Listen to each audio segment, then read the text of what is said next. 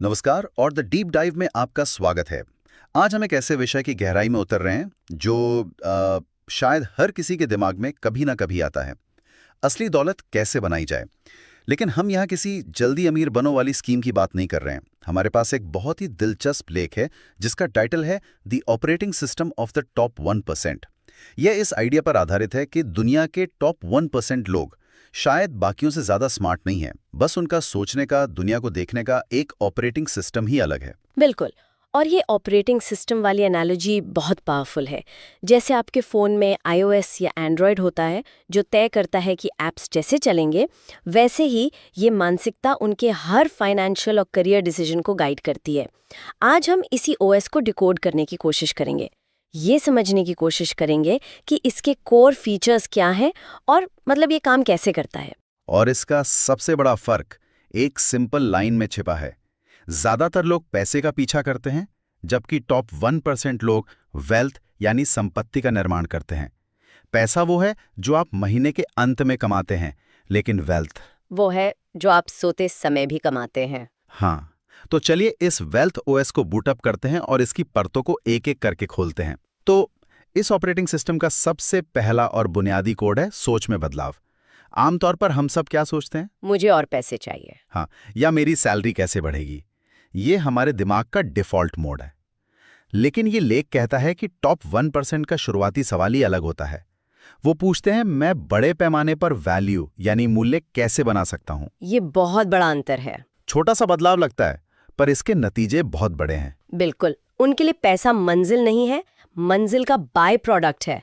सोचिए, एक बेहतरीन ऐप बनाने वाला डेवलपर ये नहीं सोच रहा कि मैं पैसे कैसे कमाऊं, वो सोच रहा है कि मैं लाखों लोगों की इस एक प्रॉब्लम को कैसे सॉल्व करूं। जब वो उस प्रॉब्लम को सॉल्व कर देता है तो पैसा उस वैल्यू का एक नेचुरल नतीजा बनकर आता है।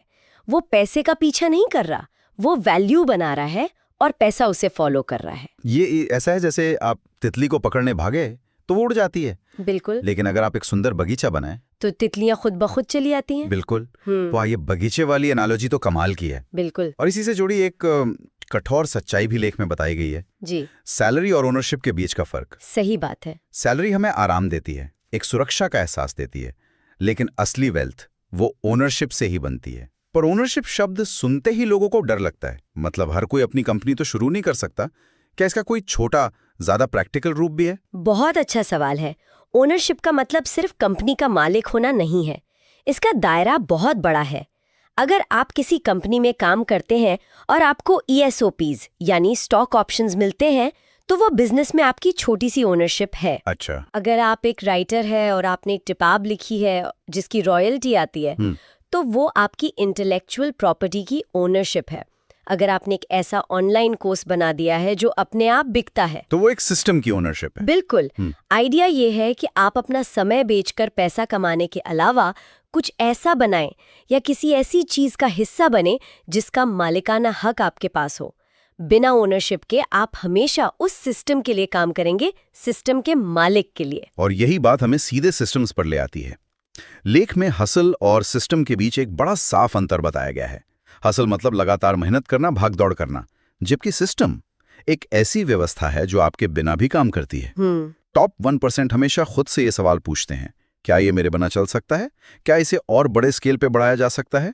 अगर जवाब नहीं है तो ये वेल्थ नहीं, सिर्फ एक अच्छी नौकरी है। इसे समझने का सबसे अच्छा तरीका है वो बाल्टी और पाइपलाइन की कहानी। हाँ। हासिल करना मतलब नदी से बाल्टी भर भर के पानी लाना। आप मेहनत करते हैं, आपको पानी मिलता है। जिस दिन आप रुक गए, पानी मिलना बंद। सिस्टम बनाना मतलब एक पाइपलाइन बिछाना। इसमें शुरुआत में बहुत मेहनत लगती है, शायद कई महीनों तक पानी भी ना मिले। लेकिन एक बार पाइपलाइन बन गई तो पानी आपके बिना भी बहता रहेगा, सोते समय भी। वेल्थ वो पाइपलाइन है, सैलरी वो बाल्टी है। ठीक है, तो पहला फीचर हुआ वैल्यू बनाने और ओनरशिप पर फोकस। अब इस ओएस के दूसरे फीचर पर आते हैं जो है टाइम। हम में से ज्यादातर लोग महीनों या ज्यादा से ज्यादा 1 साल की प्लानिंग करते हैं। इस महीने का टारगेट, इस साल का बोनस। हाँ, लेकिन लेख कहता है कि टॉप 1% दशकों में सोचते हैं। 10 साल, 20 साल। ये सुनने में मतलब लगभग असंभव रूप से धैर्यवान लगता है। हाँ, और बाहर से देखने पर ये धीमे लग सकते हैं, पर असल में वे धीमे नहीं, रणनीतिक होते हैं। वे आज वो बीज बो रहे हैं जिसका पेड़ दशकों बाद फल देगा। वे पूछते हैं, आज मैं ऐसा कौन सा स्किल सीखूं जो 10 साल बाद भी रेलेवेंट होगा, या मैं ऐसी कौन सी संपत्ति में निवेश करूं जो समय के साथ कंपाउंड होगी। ये शॉर्ट टर्म रेस नहीं दौड़ रहे हैं, ये एक मैराथन के लिए ट्रेनिंग कर रहे हैं। वो एक गमले में पौधा नहीं उगा रहे, वे एक जंगल लगा रहे हैं। बिल्कुल। और इस लंबी अवधि की सोच का सबसे शक्तिशाली टूल है कंपाउंडिंग। यहाँ हम सिर्फ पैसे के चक्रवृद्धि ब्याज की बात नहीं कर रहे हैं ना? नहीं, बिल्कुल नहीं। लेख में ज्ञान, कौशल, रिश्ते और प्रतिष्ठा को कंपाउंड करने की बात की गई है। ये एक बड़ा दिलचस्प आइडिया है। एक रिश्ता कैसे कंपाउंड होता है, ये समझना थोड़ा मुश्किल है। चलिए इसे एक उदाहरण से समझते हैं। मान लीजिए आज आपने बिना किसी स्वार्थ के किसी की मदद की। कुछ साल बाद वो इंसान एक ऐसी पोजीशन पर पहुंच गया जहां वो आपको एक ऐसे मौके से जोड़ सकता है जिसके बारे में आप सोच भी नहीं सकते थे। ये एक रिश्ता कंपाउंड हो गया। अच्छा। ज्ञान का कंपाउंड होना मतलब आप जो भी नया सीखते हैं वो आपके पुराने ज्ञान से जुड़कर आपको और ज्यादा समझदार बनाता है। हर रोज दोहराए जाने वाले ये छोटे छोटे फायदे समय के साथ मिलकर आपको एक अनफेयर एडवांटेज देते हैं। यही कारण है कि वो प्रेरणा से ज्यादा आदतों और सिस्टम पर भरोसा करते हैं। प्रेरणा एक चिंगारी की तरह है जो आती जाती है, लेकिन आदतें और सिस्टम उस आग की तरह है जो लगातार जलती रहती है। इसी लंबी अवधि की रणनीति में एक विरोधाभास भी है। लेख कहता है कि ये लोग जल्दी यानी अपनी जवानी में कैलकुलेटेड रिस्क लेते हैं। रुकिए, तो वे लंबी अवधि का सोचते हैं लेकिन जल्दी रिस्क लेते हैं। ये कैसे काम करता है? ये बहुत स्मार्ट स्ट्रैटेजी है। वो सबसे बड़े रिस्क तब लेते हैं जब उनके पास खोने के लिए सबसे कम होता है और रिकवर करने के लिए सबसे ज्यादा समय होता है। बिल्कुल। मान लीजिए 25 साल की उम्र में आपने एक स्टार्टअप शुरू किया और वो फेल हो गया। आपके पास खोने के लिए क्या था? शायद थोड़ी सेविंग्स, लेकिन आपने जो सीखा वो अनमोल है और आपके पास दोबारा कोशिश करने के लिए 40 साल और हैं। राइट। लेकिन जब उनके पास वेल्थ जमा हो जाती है तब वे बहुत कंजर्वेटिव हो जाते हैं। रणनीति है भविष्य के रिस्क को कम करने के लिए आज जल्दी रिस्क लो। अच्छा, तो ये अपने भविष्य को डी रिस्क करने का एक तरीका है। ठीक है, तो हमें सही माइंडसेट चाहिए और एक लंबा टाइम होराइजन चाहिए। लेकिन सवाल ये है कि इस ऑपरेटिंग सिस्टम को चलाने वाला असल सॉफ्टवेयर क्या है? वो कौन से व्यक्तिगत कौशल या आदतें हैं जो इसे चलाती हैं? यहाँ भी उनका सवाल पूछने का तरीका अलग है। आम इंसान पूछता है सबसे अच्छा स्किल कौन सा है जो मैं सीखूं। टॉप 1% पूछते हैं स्किल्स का कौन सा कॉम्बिनेशन मुझे ऐसा बना देगा जिसे रिप्लेस करना मुश्किल हो। इसे स्किल स्टैकिंग कहते हैं। हाँ, तो इसका मतलब ये नहीं है कि आपको किसी एक चीज में दुनिया में बेस्ट होना है, बल्कि आप 3-4 अलग अलग चीजों में टॉप 10% में आ जाएं, जो एक दूसरे को कॉम्प्लीमेंट करते हों। बिल्कुल। सोचिए एक शेफ है जो बहुत अच्छा खाना बनाता है, ये एक स्किल है।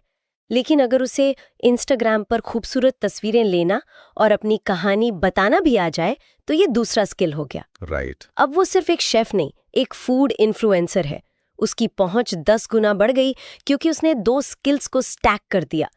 असली लीवरेज यहीं से आता है, जब आप 2 या 3 अलग अलग दुनियाओं को जोड़ते हैं। और वे इस लीवरेज का लगातार इस्तेमाल करते हैं। वे सिर्फ ज्यादा मेहनत नहीं करते, वे टेक्नोलॉजी, पैसा, मीडिया और लोगों का इस्तेमाल करके अपने प्रयासों को कई गुना बढ़ा देते हैं। बिल्कुल। एक इंसान जो कोड लिखना जानता है वो एक ऐसा सॉफ्टवेयर बना सकता है जो लाखों लोगों का काम करे। ये लीवरेज है। सही बात है। और यहाँ एक और स्किल है जिसे लेख में वेल्थ स्किल कहा गया है, और वो है इमोशनल कंट्रोल। ज्यादातर लोग पैसे क्यों गवाते हैं? डर, लालच, अहंकार या बेसब्री के कारण। हाँ, मार्केट गिरता है तो डर में सब कुछ बेच देते हैं। कोई चीज पॉपुलर होती है तो लालच में सबसे ऊंचे दाम पर खरीद लेते हैं। ये तो शायद सबसे मुश्किल हिस्सा है। दबाव में शांत रहना, लॉजिक से सोचना। ये कहना आसान है, करना मुश्किल। बिल्कुल। लेकिन वे समझते हैं कि वेल्थ शांत दिमाग में बढ़ती है, इमोशनल दिमाग में नहीं। एक सर्जन को ऑपरेशन करते समय शांत रहना होता है, इमोशनल नहीं। आपके फाइनेंशियल फैसलों के लिए भी यही सच है। और इसी से जुड़ी एक और आदत है जिसे लेख में बहुत महत्व दिया गया है, और वो है ना कहना। ये सुनने में बहुत आसान लगता है, लेकिन असल में बहुत मुश्किल है। हमें तो हाँ कहने के लिए ट्रेन किया जाता है, हर अवसर को पकड़ने के लिए। पर वे समझते हैं कि उनका ध्यान, उनकी एनर्जी और उनका समय, ये ऐसी संपत्तियां हैं जो दोबारा नहीं बन सकती। इसलिए वे ध्यान भटकाने वाली चीजों को ना कहते हैं, ठीक ठाक अवसरों को ना कहते हैं और ऐसे लोगों को ना कहते हैं जो उनका समय बर्बाद करते हैं। वो अपने इन अनमोल संसाधनों को बचाकर सिर्फ उन चीजों पर लगाते हैं जो उनके दशकों लंबे लक्ष्यों से जुड़े हों। हर हाँ की एक कीमत होती है, और वो कीमत है हर दूसरी चीज जिसे आप ना कह रहे हैं। बिल्कुल। चलिए अब इस चर्चा को एक और दिलचस्प मोड़ देते हैं। एक आम धारणा है कि अमीर लोग अमीर दिखते हैं, महंगी गाड़ियां, बड़े घर, डिजाइनर कपड़े। लेकिन ये लेख इस धारणा को पूरी तरह से तोड़ता है। वो कहता है कि असली वेल्थ अक्सर अदृश्य होती है। ये बहुत बड़ा सच है। जो पैसा दिखता है वो खर्च हो चुका होता है। असली वेल्थ वो है जो आपने खर्च नहीं किया बल्कि इन्वेस्ट किया है। वे अपनी लाइफस्टाइल को अपग्रेड करने से पहले अपने एसेट्स को अपग्रेड करते हैं। वे संतुष्टि को टालते हैं। हाँ, क्योंकि जैसा कि लेख में कहा गया है, दिखावे वाला पैसा गायब हो जाता है, शांत पैसा कंपाउंड होता है। असली वेल्थ वो फैक्ट्री है जो कारें बनाती हैं, ना कि वो एक कार जो आपने खरीदी है। और इससे भी एक गहरी बात है जो शायद सबसे जरूरी है, अपनी पहचान को अपनी आय से अलग करना। वाह, ये तो बहुत गहरा विचार है। इसका मतलब ये हुआ कि अगर किसी की नौकरी चली जाए तो उसका आत्मसम्मान खत्म नहीं होता। बिल्कुल, अगर आपकी पहचान आपकी सैलरी से जुड़ी है या आपके जॉब टाइटल से, हाँ, तो नौकरी जाने पर आपकी पहचान भी चली जाती है। लेकिन टॉप 1% की मानसिकता में पहचान उनके स्किल्स, उनके मूल्यों और उनके बनाए हुए सिस्टम्स पर बनी होती है। इससे उन्हें बिना अहंकार के रास्ता बदलने, बिना शर्म के नई चीजें सीखने और फेल होने के बाद फिर से खड़े होने की ताकत मिलती है। उनकी इनकम गिर सकती है, लेकिन उनकी पहचान नहीं। राइट, वो ये नहीं कहते मैं एक मैनेजर हूँ, वो कहते हैं मैं प्रॉब्लम सॉल्व करता हूँ या मैं सिस्टम्स बनाता हूँ। तो आखिर में ये सब किस लिए है? वे वेल्थ को मापते कैसे हैं? अगर ये सिर्फ बैंक बैलेंस नहीं है तो फिर क्या है? उनके लिए असली वेल्थ का मतलब है आज़ादी। समय की आज़ादी, यानी ये तय करने की आज़ादी कि आप अपना दिन कैसे बिताना चाहते हैं। चुनाव की आज़ादी, मतलब ये चुनने की आज़ादी कि आप किसके साथ और किस चीज़ पर काम करना चाहते हैं। और निर्भरता से आज़ादी, यानी किसी एक नौकरी या इनकम सोर्स पर निर्भर न रहना। बिल्कुल, पैसा सिर्फ इस आज़ादी को खरीदने का एक टूल है। असली वेल्थ अपनी जिंदगी पर पूरा कंट्रोल रखना है। तो आज की इस पूरी चर्चा का सार क्या है?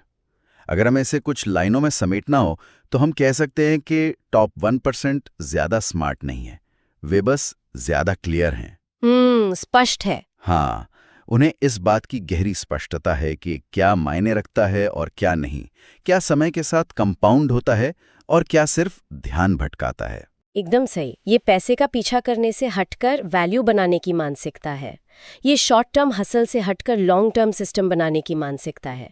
और ये सैलरी पर निर्भरता से हटकर ओनरशिप बनाने की मानसिकता है। ये एक पूरा ऑपरेटिंग सिस्टम है जो उनके हर फैसले को फिल्टर करता है। लेख का एक आखिरी लावा है जो काफी बड़ा है। वो कहता है कि अगर कोई इस तरह से सोचता है और अनुशासन के साथ काम करता है तो वेल्थ का बनना अपरिहार्य यानी इनएविटेबल हो जाता है। ये एक बहुत बड़ा दावा है। हाँ, तो ये एक सवाल छोड़ जाता है जिस पर सोचना चाहिए। अगर ध्यान और एनर्जी हमारी सबसे कीमती संपत्ति हैं, तो किसी के जीवन में वो सबसे बड़ी चीज कौन सी है जो ध्यान भटकाती है और उसे एक ऐसा लॉन्ग टर्म सिस्टम बनाने से रोक रही है जो उसके बिना भी चल सके?